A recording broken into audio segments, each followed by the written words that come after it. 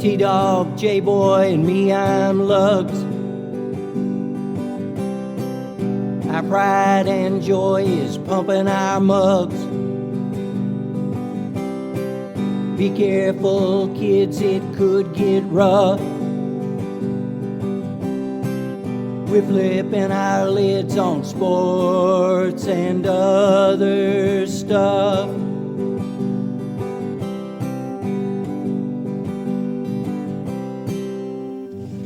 Welcome to Sport Weasel Central. I'm Lugs. I'm J-Boy. And I'm T-Dog. Fellas, here to get us started tonight. Joke for you. How do you stop a dog in its tracks? Give up. You hit the pause button. We'll let that one go. Yeah, okay. We're back and better than ever. Well, not better, but we're here. It's NFL preseason as far as we're concerned. We continue our predictions for the upcoming season. It's exciting. We're talking NFL. Tonight we focus on the AFC South, a division with budding superstar quarterbacks C.J. Stroud of the Texans, Anthony Richardson of the Colts, Trevor Lawrence of the Jaguars, and a sleeper, possibly Will Levis of the Titans. We'll find out. To recap, here's how they finished last year. The Texans were 10-7, Jags 9-8, Colts 9-8, and the Titans bringing up the rear at 6-11. So let's start there, Lugs. How are you? Good to hear from you. Thanks for laughing at my joke. And who do you like in fourth place in the old AFC Sleeper South? Well, I'm going to have to go with the Titans. Dang it. You know, they got rid of their head coach, Mike Vrabel. They got rid of Ryan Tannehill, their quarterback. They had already gotten rid of Derrick Henry, and they also got rid of their leading pass rusher, Danico Autry. So they're really defensively, they're going to be just bad this year. I guarantee it. They may be a little better on offense. They do have Calvin Ridley, and they picked up Tyler Boyd. And depending on what's left in Tony Pollard's legs, they signed him. But overall, I just, you know, our boy Will Levis, or Will Levis, as he's known. Thus far, he's known to have a rifle arm and food eccentricities like eating the banana with the peel and using mayonnaise to cream his coffee. He's going to have to really step up. So I'm putting them in fourth place, and I say they're going to drop a game from last year. I'm saying 5-12. What do you think, Dog? All right, wait, back up a minute, man. Guys, have you ever eaten a banana with the peel on it? Be honest here. No. No, man. How do you get that down? How do you get it down, Well, and how do you get it out? Well, it's edible. It is edible. I mean, but When you say get it out, are you talking about the end process? I'm talking about processed food, dog. Processed food. I feel your digestive tract is stronger than. What about in a smoothie? Is that what he's thinking about? Maybe just drop the whole thing and grind it up? No, he like Lugs is saying. You can see a video of him eating the banana with the peel on it. Incredible. I got to go look that up after the broadcast here. I'll get our intern team to look that one up and say, here you go. That'll be in an email, a text later. Okay, yeah, T-Dog, yeah. What do you think about fourth place for this year, AFC South? That's the thing is the Tennessee Titans are the mayonnaise in the coffee of this division. Good one. Nice tie. Yeah, good. They are fourth place. But I will say it is always the encouraging and not the the discouraging fourth place, where I see a path, maybe in 3 to 4 years, to this being the right move. Now, was it maybe right to get rid of Vrabel? I think coaching-wise, no. If he was just bad at choosing personnel and like that, he couldn't allow that to happen. I understand maybe why they let him go. That's one of those things we'll never maybe know, or it'll come out later. But anyways, I think just how much they're going to be restructured philosophically from a defensive-minded run team to 11 personnel bombs away offense will be fascinating. We saw last year how Brian Callahan adjusted the offense last year with Jake Browning when he took over an injured Burrow and how they were able to adjust the offense. So again, that's one of the big marks we kind of always hit on. Coaches that are able to adapt their offense to what their quarterback can do. And just also the hiring of his dad, Bill, is a huge boon because wherever he goes, very quickly within that season or the next, the Titans, who had one of the worst offenses, probably the worst offensive line last year, will probably be one of the best in very quick fashion. And we know a good offensive line dramatically changes your win-loss record. I don't know if it'll happen this year, but they had their first round pick this year, J.C. Latham. He'll be a great, like a boon to them, and so will Pete Skoronski, who didn't play great last year. But again, I just think their offense was such a mess last year. I don't really put it on Skoronski. I like Tony Pollard probably more than Luggs. I think he started to play better at the end of the year because you got to remember he got injured in the playoffs a year. Like he broke his leg in the playoffs 2 years ago, and that's why he was not the same guy. And they also tried to use him as a workhorse, and I think him and Tajay Spears are perfect in that they're redundant, but they're both dual threats out of the backfield.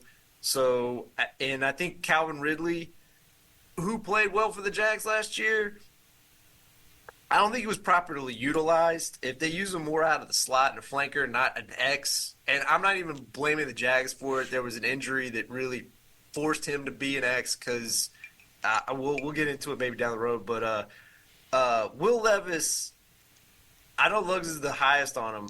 I think he is a special talent, but he plays reckless, and he just has to play within the system that I think Callahan will, again, adjust the system around what he can do well. I think he'll get better in time. I don't know if he'll ever be a top 10 quarterback, but I think he could be very good. And kind of like what Luggs said, Jeffrey Simmons is, even with what Autry did last year, Jeffrey Simmons is the best defensive interior pass rusher.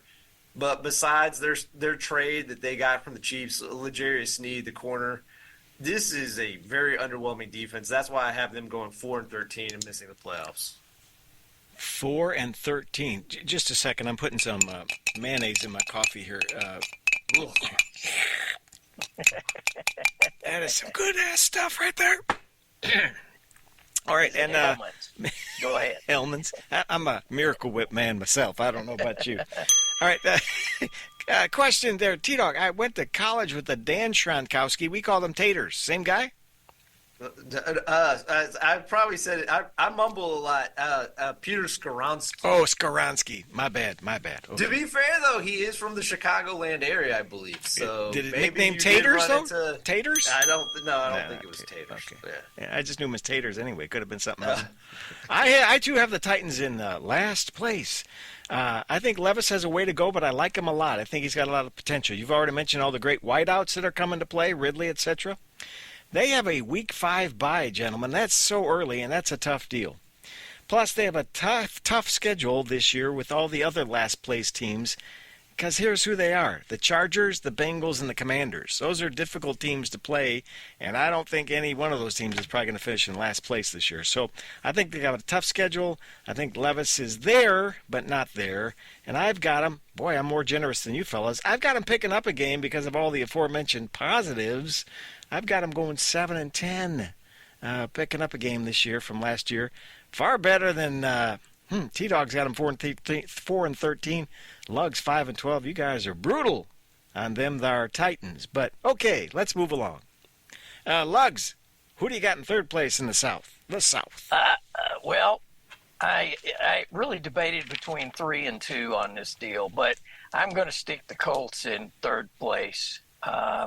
I think it was a mistake to let Gardner Minshew go because something's just nagging me in the back of my mind about Anthony Richardson's durability.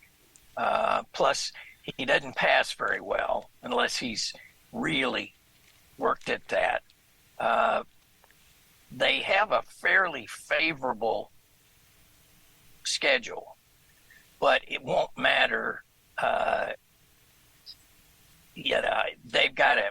Well, it all depends honestly on Jonathan Taylor's health as well, and they don't have Zach Moss to cover for Jonathan if he gets injured again. So this is a tough. I think this is going to be a tough season for them as well. I'm calling 7-10.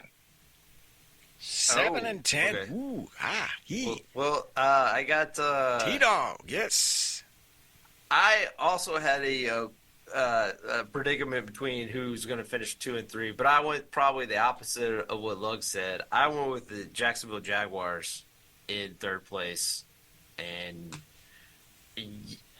I still think probably Trevor Lawrence is one of the most talented quarterbacks in the league, but I just think you look at how Trent Baalke has drafted, the lack of protection in terms of offensive linemen, and look, I don't know if it's directly at Doug Peterson, but the quality of play calling too has killed his offense. And going back to Calvin Ridley, I think they were going to try to use Calvin Ridley correctly last year, but when Zay Jones got injured, they had to play him at X. And if you go back to when he was good in Atlanta, he played best as a flanker and in the slot, where he's not getting people press covering him because he just can't beat press coverage, which they should have found a way around it, but that's on them. And his offensive coordinator, who was not great last year, Press Taylor, I think he's still calling the plays for Doug Peterson instead of Doug Peterson taking back the reins. So I just worry about that. And they definitely had money set to the side for Calvin Ridley. And like I said, this is more of a front office thing where they just botched it. And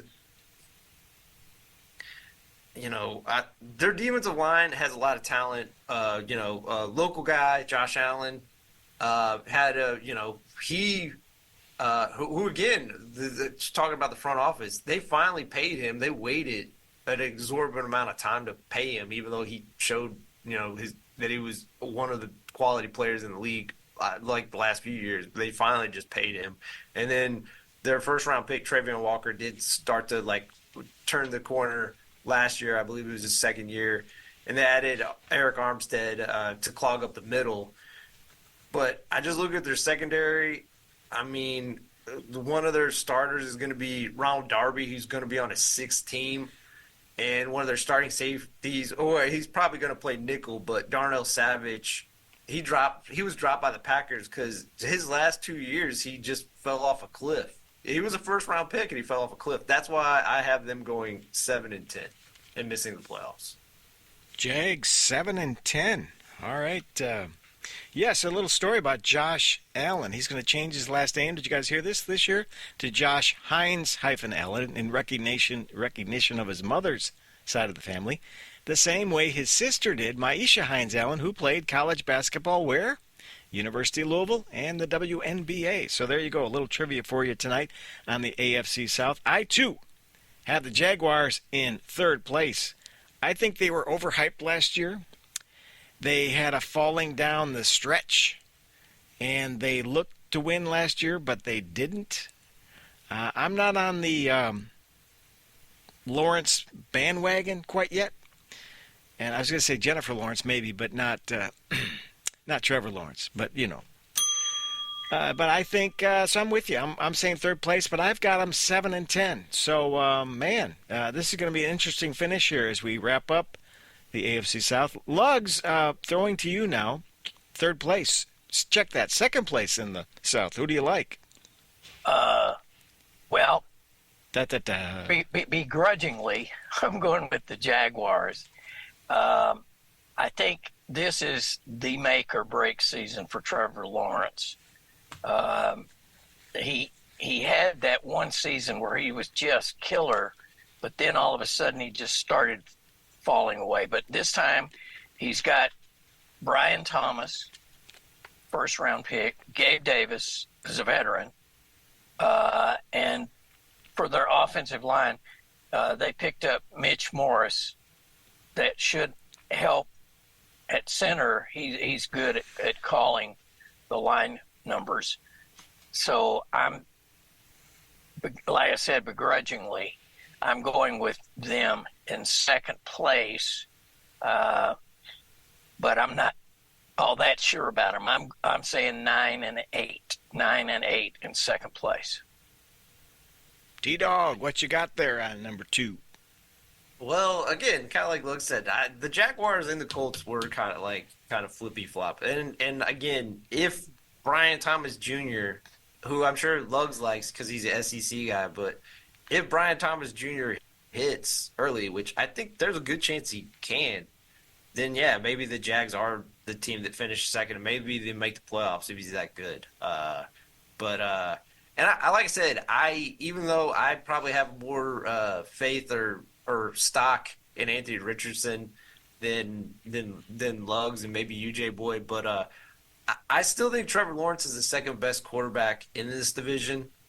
And I still think he can be a top 10, top 5 quarterback. I mean, this is not, like I said, it's not really shot to Doug Peterson. It's more to do with Doug Peterson should be calling this offense because Press Taylor just feels like he's over his head right now. But I guess, anyway, going to my second team, I have the Colts over them because, again, going back to the coaching thing, I think Shane Steichen has showed his versatility in adjusting his offense from his quarterback skill set. You saw that when he coached a rookie quarterback for the Chargers, and our boy, why am I blanking on his name? I'm just Steichen? No. No, the quarterback with the Chargers now. Why am I blanking on his name? Oh, tall guy, 6'6".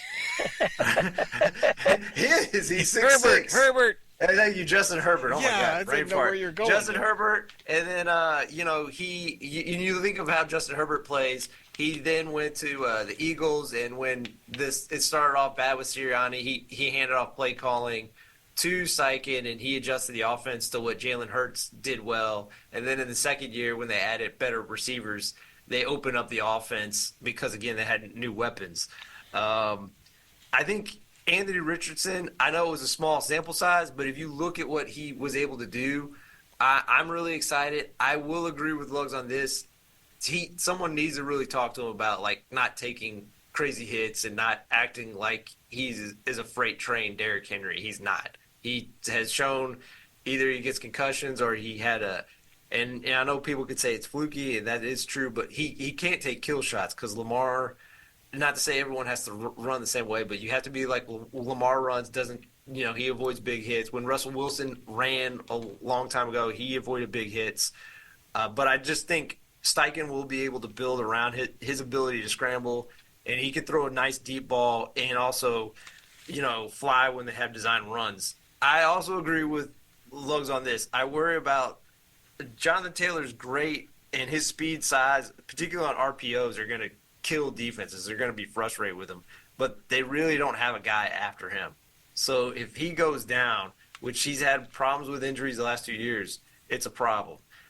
Their rookie, Adonai Mitchell, I just think when they get loaded boxes because of Jonathan Taylor and Richardson running ability, I think his speed and ball tracking is going to – I don't think he's going to have a big year, but I think he's going to put enough fear in defenses that it opens everything up. And I love how Pittman is just a dirty work guy who moves the chains and is a good run blocker. Their D-line is good. I mean, they have DeForest Buckner and, Latu Lale, their first-round pick. I think he'll give them some juice off the edge. They're going to need it because their outside corners are a major concern because they're looking at their schedule. They're going to take on Nico Collins twice, DJ Moore, Justin Jefferson, Garrett Wilson, Tyreek Hill, and others on the schedule. I have them going 8-9 and also missing the playoffs. 8-9 for your second place Colts. Okay. So have you ever called up Justin Herbert and say, Mr. Herbert, excuse me, sir, how tall are you? He's 6'6". Is he? I mean, I remember his height. I didn't remember his name clearly, but I didn't know he was that tall. Yeah. All right. And when you talk about running quarterbacks, I mean, Lugs would point this out. When Kirk Cousins run, he would avoid getting hit too. Yeah, but that's just running to the bathroom. A different kind of run. Okay, let's move on. So I have, I'm going to surprise you boys, Texans in second place. Oh! Yes, I think it's the Whoa! sophomore Yeah. jinx. Sophomore jinx for good old C.J. Stroud. I think, you know how a baseball pitcher, I know you guys don't follow baseball much, but when the second time he comes around, he's having this great year, he's 6-0, and then he comes around and he's revisiting the league, and now they've caught up to him. They figured out, oh, I know what's coming next, a fastball. Stroud, same deal. I think people are going to catch up with him. They're going to know more about what he does. I think they've got a tough schedule. They were 7-3 in one-score games last year. I think that's hard to repeat because that could go the other way. If it's even less than that by a few, suddenly we lost a few more games. So I think it's really hard to repeat that. I'm going to say they're close, but not quite there. I've got them at 10-7 in second place in your AFC South. So only two more wins than T-Dog predicted. No, you pick them to win. You guys have picked them to win. Anyway, let's say how that goes. 10-7 for me on the Texans. Let's go with first place in the South. Lugs. Well, we're talking Texans here. We're talking Texans. I think to come from where they came a couple of years ago, only winning 3 games to winning 10 games last year, that is amazing. But it wasn't just C.J. Stroud. Now, it was a lot of it was C.J. Stroud, but they also had good defensive guys. But think about this. They've added this year Joe Mixon, who is a perfectly good running back. He's not great. They also picked up Stephon Diggs. I mean, that's pretty amazing. And then they got Daniel Hunter, who's a Pro Bowl edge rusher, and then Danico Autry. So they've added to what they already had, and their offensive line is really solid. So I don't think CJ is going to get touched or rushed that much. Strong number one for me. I'm saying 12-5. 12-5. Whoa, T-Dog, can you top it? Wow. I mean, I could. We'll see. I will agree with the one of the big things that Lugs hit on is they were the team that won the division last year, and they added Diggs to fill out their 11 personnel. Mixon gives them a versatile back who's got a little power. I mean, Devin Singletary played well from last year, but he didn't have the power that I think Mixon can add to that mix. Adding Danielle Hunter. He does what he's done for his career in Minnesota. He'll kill the quarterback. And like Lugs brought up, back with the Titans, Danico Autry being able to get out the door was very confusing and a big win for the Texans and getting a guy who can collapse the pocket and get to the quarterback. But again, if I'm going to praise Steichen, DeMeco Ryans essentially the Steichen of defenses. I mean, he was a catalyst who allowed the Texans to win 7 more games than the previous season.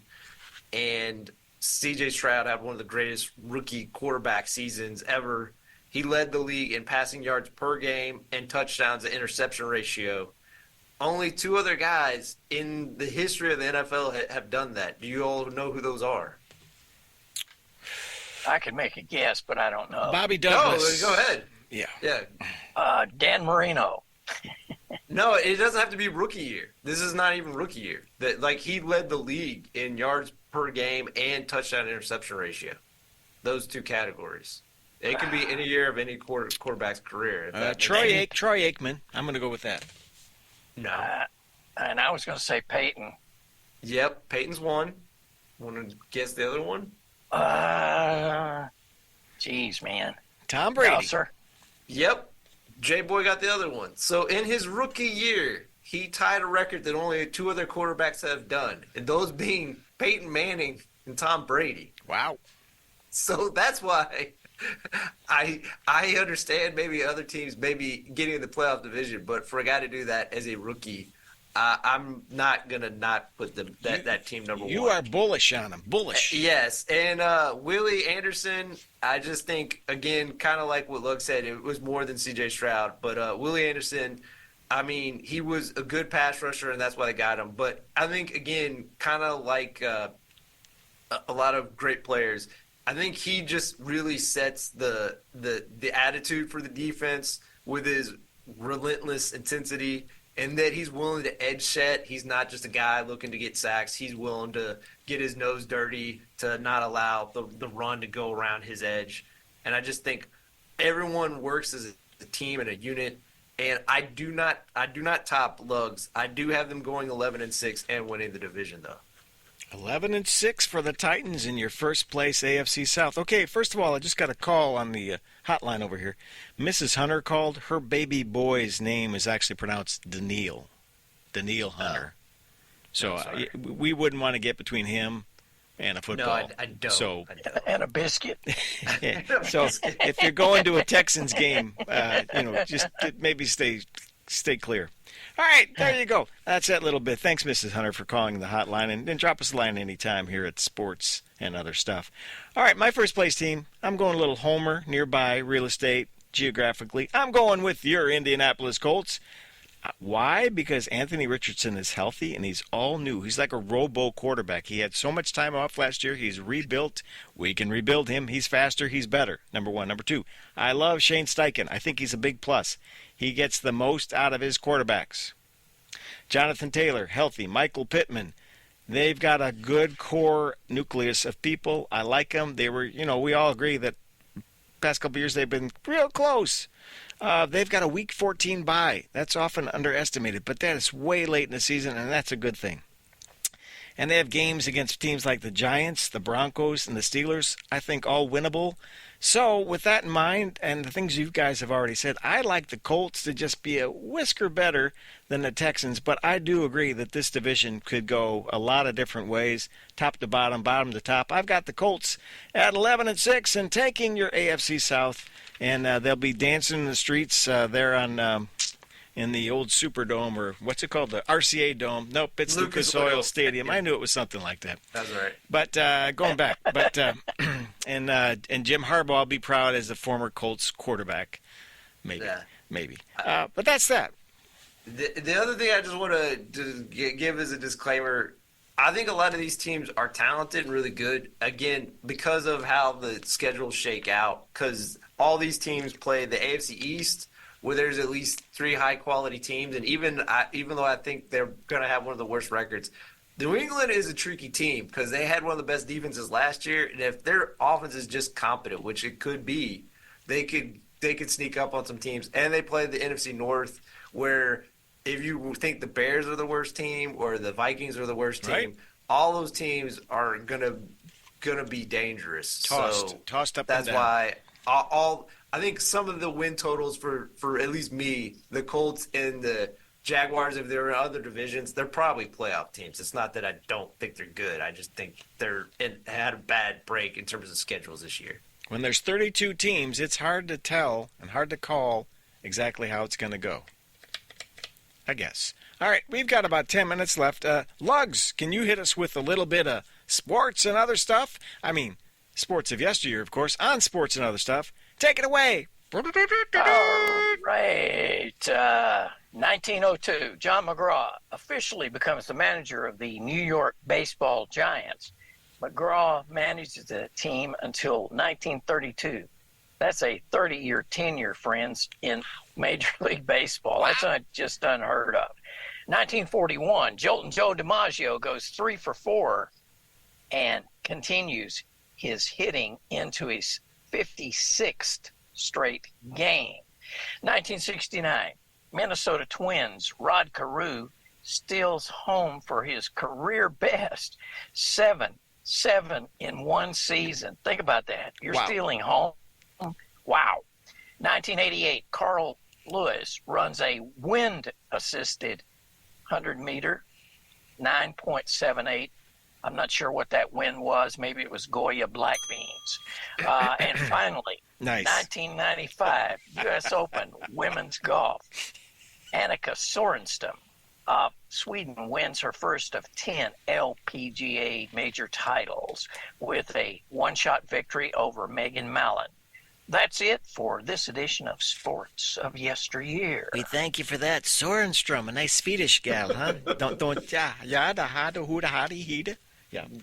Okay, you said Jolton Joe DiMaggio had 56-game hitting streak. We all know that's one of the magic numbers of all of sports. Question for the panel here. Why can't anybody top that? What's different now? Just the way it's done, or what? I think top to bottom, the pitchers are better. And also specialized. So if guys get fatigued, they don't get fatigued anymore. They're on a pitch count. So that it's more premium pitches at all times. So he couldn't. Okay, I mean, Lugs, I think you could do this. Couldn't you lay down 57 bunts and scamper? You got that. You got that 440 speed. You could get the first base in no time, and that's 56 base hits. What's the difference? It's a line drive in the score column. If he did, would not only would that record not only have an asterisk, would they actually bold it and underline it and italicize it to be like, all right, he beat the record, but in the cheapest, chintziest way. Dude, hey. A base hit's a base hit.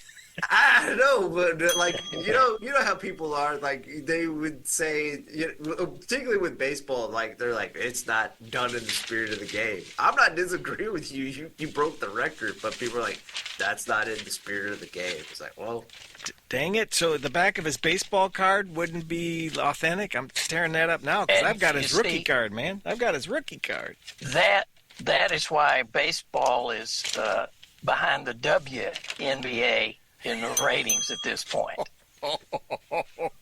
Man. Oh, we're going to get some hate mail. Send it to Lugs, P.O. Box 1100. Oh, gosh, dang it. Okay, one quick thing. Speaking of baseball, we'll end with this, I guess. Got about 7 minutes left. After a widely planned performance of the U.S. national anthem at the MLB Home Run Derby, country singer Ingrid Andress apologized this week and said she was drunk. If you haven't seen the video, go look it up. She said, quote, "I'm checking myself into a facility today to get help I need." She posted on social media, "That was not me last night. I apologize to MLB, all the fans, and to this country. Fellas, it was rough, but we got to give it to her. We wish her all the best, I guess. That's just a rough way to go." Yeah. That's, sad. She had a moment to really reach out to America and to not to give her best. That, especially if alcohol's involved and she needs help, we want her to get that help. Yeah. Yeah, I guess kind of echoing what Lug says, it's unfortunate that she had this low light happen to her on such a large stage, but if it helps her get help and she's able to stay sober from here forward, then maybe it was a good thing. I mean, I don't know. All right. Finally, tonight, the Olympics kick off in 10 days. Are you guys excited? Yes, come on, yes. Yeah, I can't speak for Lugs. Yeah, I'm excited. I love track and field. I'll watch certain swimming events. I'll watch the basketball games when they're on, and trying to think of any other ones. Actually, amateur wrestling when it's on is actually pretty intriguing. And I'm trying to think if there's any other ones. Oh, the one I talked about that if I could go back in time and train for. I like watching handball because, again, it's just so bizarre. Team handball. What I know of team handball, yep. I never knew that there was team handball. I just knew of racket courts where you could play handball 1v1. I didn't know that. Or 2-to-1 suicide, right? Remember that game? Yeah, so it's just weird seeing a sport that feels like it's not real, but somehow it has a strong enough of a presence that it's able to be an Olympic sport. I don't know. Well, you see, I'm going back to my old days. I'm looking forward to break dancing, except in my case it was broke dancing. Woohoo! That's right. It's a sport. It's a sport this year. Yeah. Yes, sir. And then the little bit of a side note on this, it's been illegal to swim in the River Seine for 100 years, yet they're asking triathletes and Olympians to swim in that as part of the outdoor swimming that is. And it's like just polluted beyond words. So we'll see what happens with that. Actually, that's a good thing to branch off real quick. Like locally, there's a group of people known as the River Rats, and they seem like very lovely people. But people just actively swimming the Ohio River repeatedly seems like not a great idea for your health. Perfectly lovely people. I love how you said that. That's quite lovely. But smelly. Yes. Well, we're going to have to end this edition of Sports and Other Stuff, brought to you in part by Big Top TV. Yes, that's the big screen store, provider of the big 90-inch flat screens here on our set. Shield your eyes and stop in and ask for our guy. He's there tonight. I can't remember his name. His name is Fish. And this week, the unknown Swiftie finally comes clean with the anniversary of Taylor Swift's record-setting #1 album, a re-recorded version of Speak Now. To celebrate coming out of the Swiftie closet this Saturday at 1 p.m., Fish will host a Swiftathon featuring Taylor Swift's third cousin, twice removed, Reginald. The day will kick off with Taylor's debut recording in 2006 and go through her 2024 album, The Tortured Poets Department, topped off by a screening of the Eras Tour movie. Admission is $20, so come on down. Yes, her cousin Reginald would say, join us next time here on Sports and Other Stuff. We'll see you later. Reginald, what?